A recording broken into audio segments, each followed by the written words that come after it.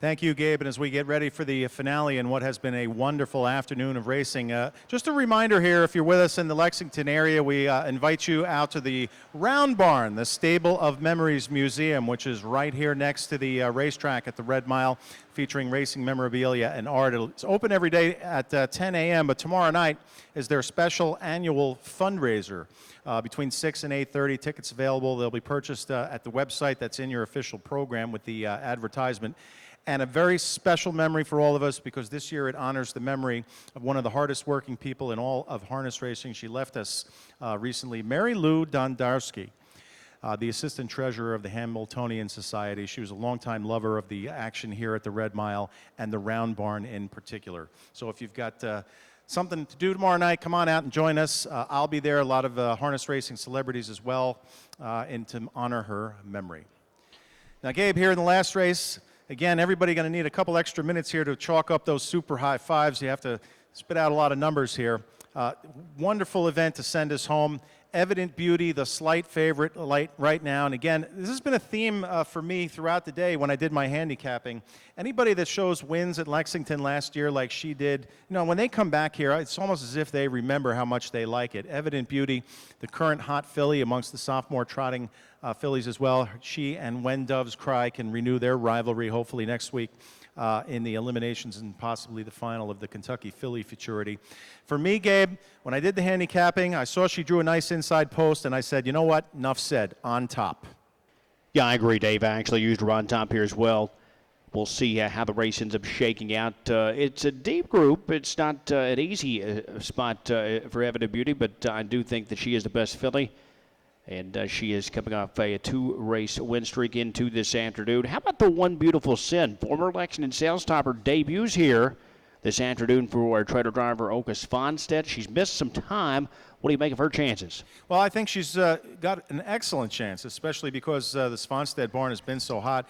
The filly herself is such a wonderful story. The sales topper costing $480,000 from last fall. She suffered a major injury that not only almost ended her career, but almost ended her life. So she's come back from that to make it to the very top level. She hasn't had the fortune of winning a race yet, but I know that's only a matter of time. She's got speed. She's got the good inside post, and we're looking to see what the Svanstedt stable can deliver from her, as well as the Ice Duchess #2. So lots of different uses you can go. You're going to need a lot of boxes to try and hit this super high five, but get involved because the pool's going to be pretty good. It's been good betting all day. It's growing right now, in fact, Dave. And I do want to ask you one more time, because I know you have to get in on that super high five. What do you make of the driver choice here? Yannick Gingras chose the Ice Duchess over the 5 Asiago. Did that shock you? I don't know if it was shocking, but, it could be a little bit of a surprise. The Ice Duchess coming off, we have to call it a disappointing effort in the Elegant Image final up in Canada, Woodbine at Mohawk Park. But she was used very hard early. The pace was intense, and she ended up giving it up. That's not really like her, but she's had some ups and downs this season for the Coyote Wind Farms out of British Columbia, Canada. I'm hoping she bounces back here today. She's just too good of a horse not to be involved at the very top level here. She's 9 for 22 lifetime, over the $500,000 earnings plateau. So we'll have to look to see how Yannick wants to drive her today in terms of strategy. It might not be easy to step around #1 Beautiful Sin, and then when the flow starts, is he going to pull in front of Evident Beauty? I don't know. That's why he's the driver and he gets paid the big bucks.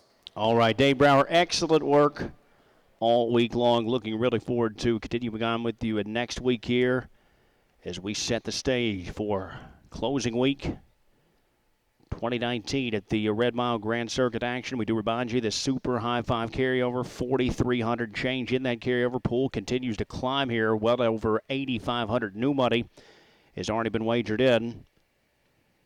Texas Day Brazil collected $1,600 worth of donations to Freedom Fest for today. We want to thank Texas Day Brazil again.